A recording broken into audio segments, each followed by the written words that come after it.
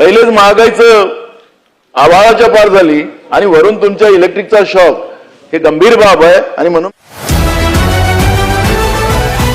आप देख रहे हैं महाराष्ट्र केसरी न्यूज। मंत्र्यांच्या उत्तरावरच हरकत आहे।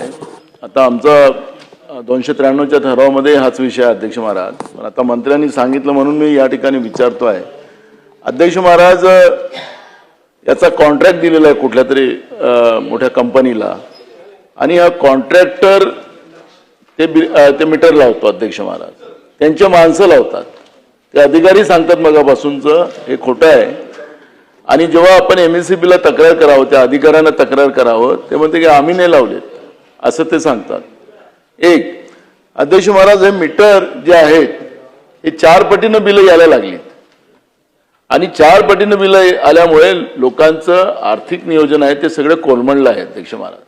ही वस्तुस्थिती आहे। सभागृहातले सत्ता पक्षाचे आमदार असो का आम्ही असो सगळ्यांनीच, कारण याला राजकारण हा भाग होऊ शकत नाही, पण लोकांजवळ आर्थिक लूट ज्या पद्धतीने होते आहे 4 पटीनं, ही गंभीर बाब आहे।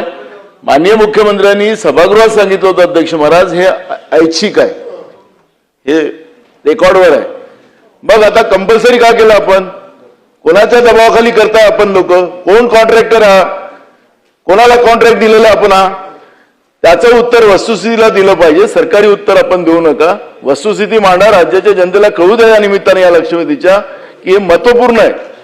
पहिलेच महागाईचं आभाळाच्या पार झाली आणि वरून तुमच्या इलेक्ट्रिकचा शॉक हे गंभीर बाब आहे आणि म्हणून मुख्यमंत्री महोदयांनी जे सांगितलं होतं की ऐच्छिक राहणार आहे, आता ही कंपल्सरी का केली त्याही प्रश्नाचं उत्तर आपण द्यावं। आणि अध्यक्ष, नियमित समाचार अपडेट के लिए महाराष्ट्र केसरी न्यूज के सभी सोशल मीडिया अकाउंट को फॉलो करें।